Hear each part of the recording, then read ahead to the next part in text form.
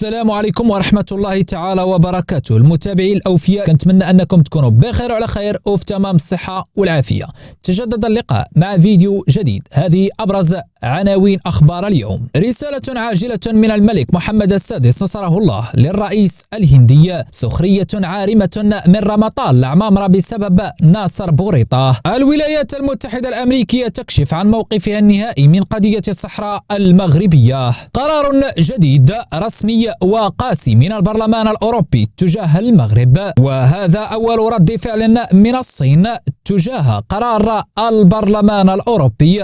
قبل ما نطرق التفاصيل، كنتمنى أنكم تدعموني بقوة عن طريق النقر على زر الإعجاب بالفيديو، وكذلك الاشتراك في القناة لمن لم يشترك بعد، وتفعيل زر الجرس للتوصل بجديدنا أول بأول. ما غادي تخسروا والو الإخوان إلا تفاعلتم مع الفيديو بالضغط على زر الإعجاب، وليتو كتنساو الضغط على لايك بزاف. كنتمنى أنكم تدعموا القناة عن طريق النقر على زر الإعجاب باش توصلوا الفيديو وينتشر على أوسع نطاق إن شاء الله. نمشيو الآن الأهم وأبرز تفاصيل أخبار اليوم تحت شعار الله الوطن الملك.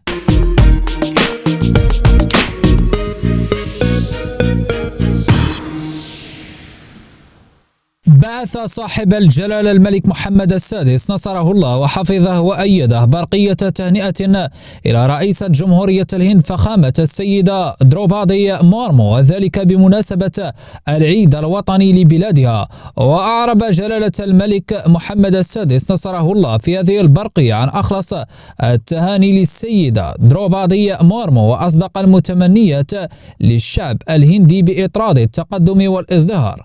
ومما جاء في برقية جلالة الملك: لا يفوتني بهذه المناسبة أن أجدد مدى تقديري لروابط الصداقة العريقة ولعلاقات التعاون المثمر التي تجمع بلدينا، مؤكدا لفخامتكن حرصي الدائم على مواصلة العمل سويا من أجل تثمين هذه العلاقات المتميزة والسير بها قدما نحو الأفضل. وفي خبر آخر، في زيارتها لكل من المغرب والجزائر، حرصت مساعدة وزير الخارجية الأمريكية لشؤون المنظمات الدولية ميشيل سيسون على لقاء وزيري خارجية البلدين ناصر بوريطة ورمضان العمامرة. وفي هذا السياق حرص الإعلام المغربي المصطفى العسري على نشر صور مركبة على صفحته الفيسبوكية توثق للقاء المسؤولة الأمريكية بكل من ناصر بوريطة ورمضان العمامرة. وتفاعل متابعو العسرية مع الصورة حيث قارنوا بين الوزيرين المغربية وكذلك الجزائرية في لقاء كل منهما على حدة مع مساعدة وزير الخارجية الأمريكية. وأجمع نشطاء منصات التواصل الاجتماعي على أن الفرق كبير وشاسع بين ناصر بوريطة صاحب الفخامة والأناقة والكاريزما والثقة في النفس، وبين رمضان العمامرة الذي يبدو بلا كاريزما ولا أناقة ولا ثقة في النفس. كما قارنوا بين مكان استقبال الوزيرين المغربي والجزائري للمسؤولة الأمريكية، حيث يبدو المغربي في غاية الجمال في حين يبدو الجزائري متواضعا. وفي هذا السياق علق أحد النشطاء ساخرا أريكة الدولة وكرسي القهوة، من هنا يظهر وزن الدولة في مقابل الدويلة. وعلق ناشط آخر قائلا: السيدة لم تجد حتى مكان لوضع المحفظة مما اضطرها لوضعها عن الأرض، ناهيك عن كرسي العمامرة المتقدم بعد الشيء نحوها كما لو أنه لا يسمع. وفي خبر آخر، الصحراء المغربية، أمريكا تكشف عن موقفها من جديد. جددت مساعدة وزير الخارجية الأمريكية لشؤون المنظمات الدولية ميشيل سيسون بالرباط دعم الولايات المتحدة الأمريكية للمخطط المغربي للحكم الذاتي باعتباره حلا جادا وذا مصداقية وواقعيا للنزاع المفتعل حول قضية الصحراء المغربية.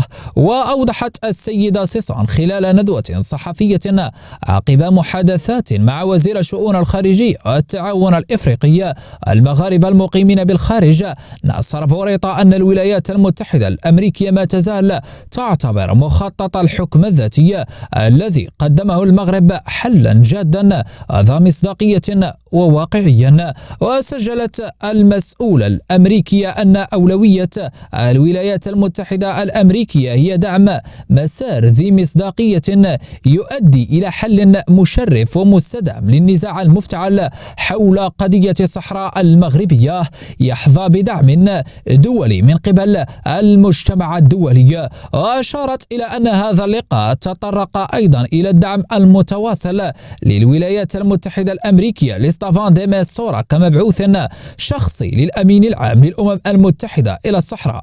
أضافت السيدة سيسون: ناقشنا دعمنا القوي لجهود حفظ السلام التي تبذلها بعثة المينورسو وأهميتها في الحفاظ على شروط مسلسل السلام تحت رعاية الأمم المتحدة. وفي خبر آخر، يواصل البرلمان الأوروبي تصعيده في مواجهة المغرب بعدما قرر هذه المرة إلغاء البعثات المقبلة إلى أراضيه بعد أيام قليلة من استهداف المملكة المغربية في جلسة تصويت لإدانتها في قضايا ترتبط بالصحافة وحرية التعبير.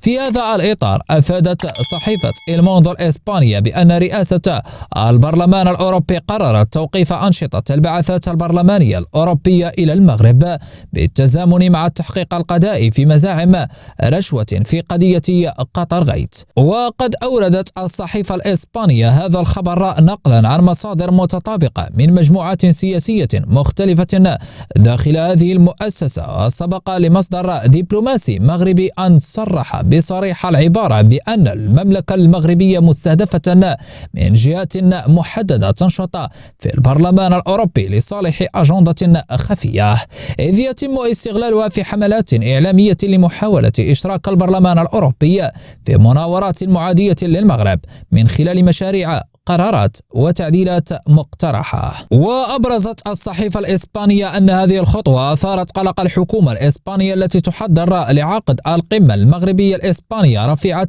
المستوى في أوائل أبريل المقبل بهدف تعزيز علاقاتها الثنائية مع المغرب في الوقت الذي ينهج فيه البرلمان الأوروبي سياسة عدائية تصعيدية تجاه المغرب. البرلمان الأوروبي قرارات غير مفهومة، واتخذ القرار وفق المصدر ذاته خلال مؤتمر رؤساء البرلمان الأوروبي، ما سيؤثر في عدد من الفعاليات الرسمية بين الجارين، أهمها الاجتماع الوشيك الذي حدد له يوم 20 من فبراير المقبل للجنة الصناعة في البرلمان الأوروبي، التي كان أعضاؤها ينوون السفر إلى المملكة المغربية طيلة 3 أيام لمعرفة إمكانيات المغرب في إنتاج الطاقات المتجددة. كما كانت هذه الرحلة للبرلمانيين الأوروبيين تتضمن زيارة محطات توليد الطاقة في مختلف جهات المملكة بما فيها الموجودة في أقاليمها الجنوبية. وتم كذلك إلغاء بعثة تتشكل من وفد برلماني أوروبي مكلف بالعلاقات مع الدول المغاربية كان قد خطط خلال الشهر المقبل لعقد اجتماع مشترك يجمع البرلمانيين الأوروبيين بمسؤولين مغاربة.